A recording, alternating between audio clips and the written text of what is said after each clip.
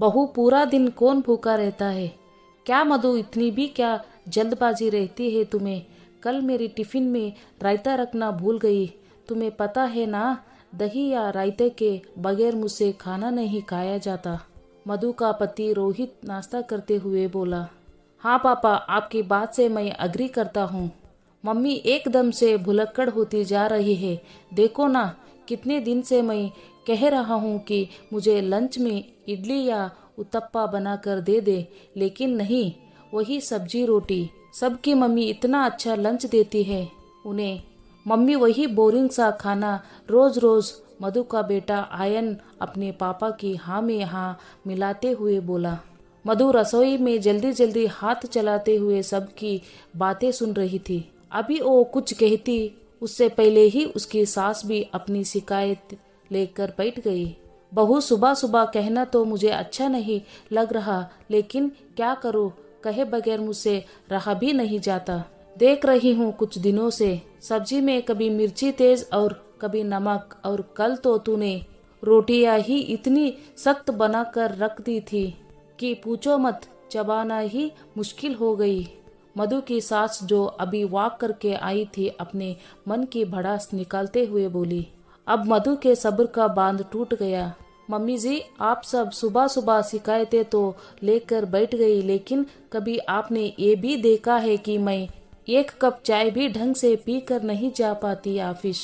सुबह 5 बजे उठती हूँ और एक टांग पर खड़े हो आप सबके लिए चाय नाश्ते से लेकर दोपहर का खाना पीना बना कर जाती हूँ।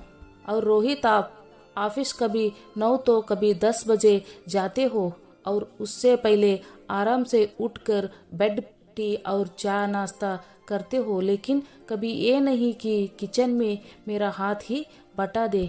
आपकी देखा देखी आयन भी ऐसा हो गया है, एक गिलास इधर से उधर नहीं रखता, और शिकायतें दुनिया भर की। सुबह 5 बजे से लेकर 8 बजे तक चक्रदिनी की तरह घूमती हूँ, और फिर भी आप लोगों के मुंह से बड़ाई का एक बोल नहीं निकलता। मधु आंखों में आए आंसुओं को किसी तरह छुपाते हुए बोली। अरे यार, मैंने तो एक छोटी सी बात कही थी, तुमने पूरा भाषण सुना दिया। ठीक है भाई, आगे से कुछ नहीं कहूँगा, जैसा तुम बना कर देगी और जो देगी चुपचाप खा लेंगे। लेकिन प्लीज यार, रसोई के कामों में मदद की बात मुझसे मत करो। तुम्हें पता है ना, मुझसे नहीं होता या सब। और हाँ, अगर तुम्हें भी परेशानी होते तो खाना बनाने के लिए मेड रख सकती हो। कम से कम वो मनपसंद का खाना बना कर तो जाएगी। रोहित गुस्से से उठते हुए बोला। बहू, कर दिया ना सुबह सुबह उसका मूड खराब। देख, नाश्ता भी बीच में छोड़ दिया। कितनी बार कहा है, खाते पीते समय शिकायतें मत किया कर। सुबह सुबह अगर मूड खराब हो जाता तो पूरा दिन खराब जाता है, लेकिन तुम समझो तब ना। मम्मी जी, सब कुछ मैं ही समझू और कोई नहीं इस घर में। सारी गलती मेरी, सारी शिकायतें मुझसे। मधु गुस्से से बोली। बहू, गलती करेगी तो सुनना ही पड़ेगा। 10 साल होने को आया तुम दोनों की शादी को, और तुम्हें इतनी समझ नहीं कि रोहित दही के बगैर खाना नहीं खा सकता। सास भड़कते हुए बोली। मधु, और मेरा तो कितनी बार टिफिन छूट जाता है। रोहित के ऑफिस रास्ते में ही मेरा ऑफिस पड़ता है। कभी आप दोनों से इतनी नहीं हुई कि आप उन्हें कहो कि मेरा टिफिन मुझे देते हुए चले जाओ। मैं पूरा दिन ऑफिस में भूखी रहूं, किसी को फर्क पड़ता है क्या? अब रहने भी दे बहू, पूरा दिन कौन भूखा रहता है। पता है मुझे, ऑफिस में कैंटीन है, तुम्हारे वहां से मंगा कर खा लेती होगी कुछ, इसलिए रोहित को तंग नहीं करती। सास बोल पड़ी। मम्मी जी, मेरी ऑफिस के कैंटीन का तो आपको पता है, तो भी पता होगा आपको कि आपके बेटे के ऑफिस में भी कैंटीन है, उन्होंने भी दही मंगा कर खा ली होगी। बहू, तुम्हें तो समझाना ही बेकार है, उल्टा हमें ही गलती निकालने लगती है। कहते हुए उसकी सास भी वहां से उठकर चली गई, और आयन तो कब का चुपचाप अपना बैग लेकर नीचे चला गया था। सुबह सुबह की बातें सुन मधु का इतना मूड खराब हुआ कि वो बिना चाय नाश्ता किए अपने ऑफिस चली गई। ऑफिस में पहुंचकर भी उसका मूड खराब रहा। काम में मन ही नहीं लग रहा था, फिर भी किसी तरह अपने आप को उसने काम में व्यस्त रख लिया जिससे उसका ध्यान भटक जाए।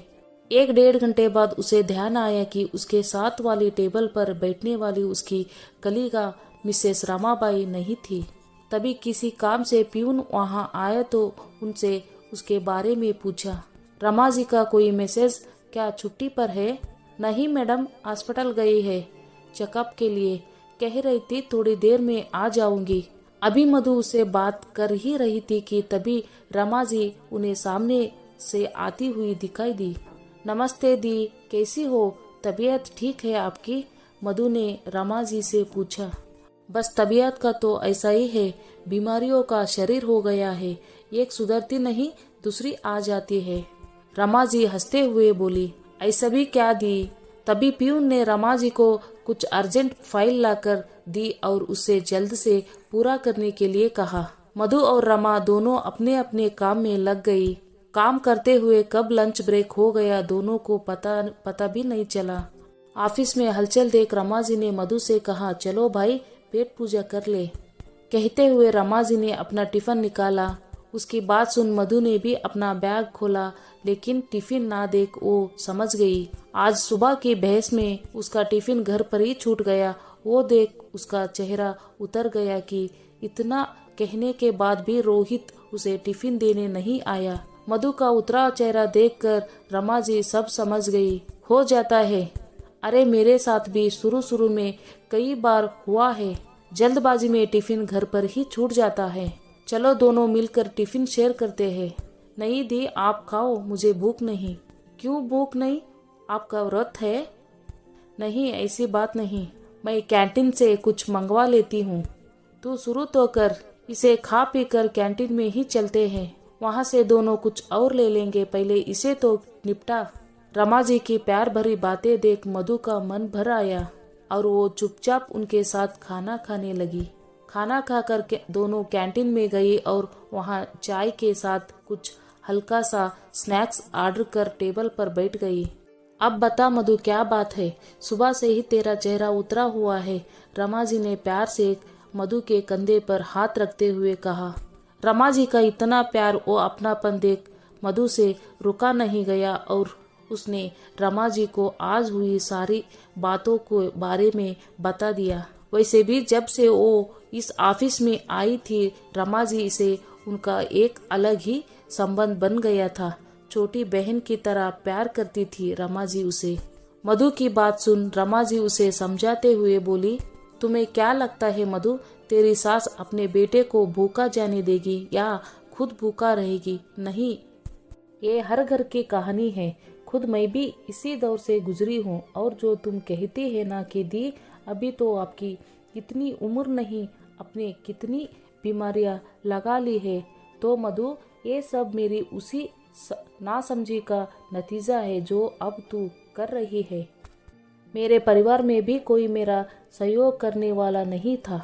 जब पति ही आपको ना समझे तो दूसरे से उम्मीद क्या रखोगे? और बच्चे तो करती वही है जो देखते हैं। सास मुझसे परफेक्ट बहू की उम्मीद रखती, पति परफेक्ट पत्नी की और बच्चे परफेक्ट माँ की।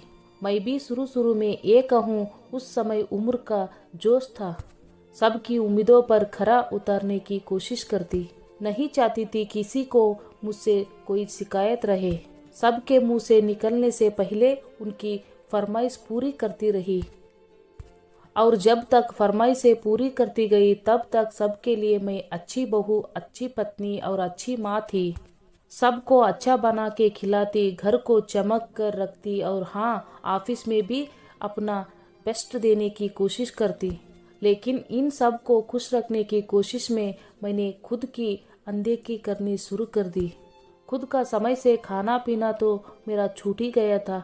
घर को तो चमक कर रखती लेकिन खुद की तरफ ध्यान ना दे पाती। मेरी उम्र बढ़ने लगी थी, अब सबकी फरमाइश पूरी करना मेरी बस में नहीं रहा। लेकिन सब ये समझने को तैयार ही ना थे। उनके लिए तो मैं वही 15-20 साल पहले वाली बहू, पत्नी और माँ थी। तारीफ तो शायद ही कभी किसी ने मेरे दिल खोल कर की होगी, लेकिन अब शिकायतें जी भर भर कर करने लगे सब। उम्र के इस दौर में जहाँ मुझे सबके सहयोग की जरूरत थी, वही पूरा परिवार मुझसे कटने लगी, क्योंकि अब मैं उनकी इच्छाएं पूरी नहीं कर पा रही थी, चाहे उसमें सास हो, पति या बच्चे। मेरा मन को समझाने वाला कोई नहीं था। मैं किससे शिकायत करूं? अंदर ही अंदर घुटने लगी। अपने खाने पीने से तो मैंने हमेशा ही समझौता किया था, और इस समझौते के बदले में मुझे मिला अनगिनत बीमारियों का उपहार। इसके लिए भी परिवार वाले ही मुझे दोषी ठहराते हैं। सास कहती है कि हमने कभी रोक टोक नहीं की, सब कुछ इसके हाथ में था। उसके बाद भी ना खाए पिए तो पति का अपमान अलग आलाप। तुम इतनी लापरवाह कैसे हो सकती हो? और बच्चे, वो तो अब अपनी ही दुनिया में मस्त है। बस मधु, इतना ही कहना चाहूंगी, अपने आप को मेरी तरह फरमाइशें पूरी करने वाली मशीन मत बना। हर बात को दिल से लगाने की जरूरत नहीं। जितना तुमसे बन सके उतना कर, क्योंकि कोई तेरी तारीफों की फूल नहीं बरसेगा। हाँ, शिकायतें का फूलिंदा लेकर जरूर बैठ जाएगा सब। उन सब की शिकायतें तो फिर भी एक बार तो अनसुनी कर देगी, लेकिन इस शरीर की शिकायतों के कैसे नजरअंदाज करेगी? इसकी शिकायतें तो तुमसे जायज ही है ना। जब तू सबका गुस्सा अपने खाने पीने पर निकालेगी, खुद को सजा देगी, तो शरीर को क्या मिलेगा? बीमारियां ना, जो एक बार लग गई तो मरते दम तक शायद ही तेरा साथ छोड़े। ये तो तुम्हें भी पता है। बीमार इंसान 1-2 दिन ही सबको अच्छा लगता है, बाकी तो वो बोझ ही नजर आता है, अपने लिए भी और दूसरे के लिए भी। समझ रही है ना? हाँ दी, बहुत अच्छे से समझ गई, और बिल्कुल सही कहा आपने। इच्छाओं की तरह शिकायतें तो इंसान की कभी खत्म ही नहीं होती। ईश्वर भी जब सबकी इच्छाएं पूरी नहीं कर पाया तो मैं तो इंसान हूँ। मैं कहाँ तक सबकी इच्छाएं पूरी करूँ या शिकायतें दूर करूँगी। हाँ, परिवार की खुशियों का पूरा ध्यान रखने की कोशिश करूँगी, लेकिन आज के बाद अपनी खुशियों और खाने पीने से समझौता कभी नहीं करूँगी। मैं नहीं चाहती मेरे शरीर को मुझसे कोई शिकायत रहे। मधु मुस्कुराते हुए रमा की तरफ देखते हुए बोली, ये हुई ना बात। चलो तो इस बात पर ये ले गरम गरम चाय पी और साथ में समोसा। अब जब तेरी सास ने कहा ही दिया कि उन्हें पता है तू कैंटीन में पार्टी उड़ाती है, तो चलना, क्यों ना एंजॉय करो। रमा जी समोसा चटनी में डुबाते हुए बोली। सुनकर मधु की हंसी छूट गई।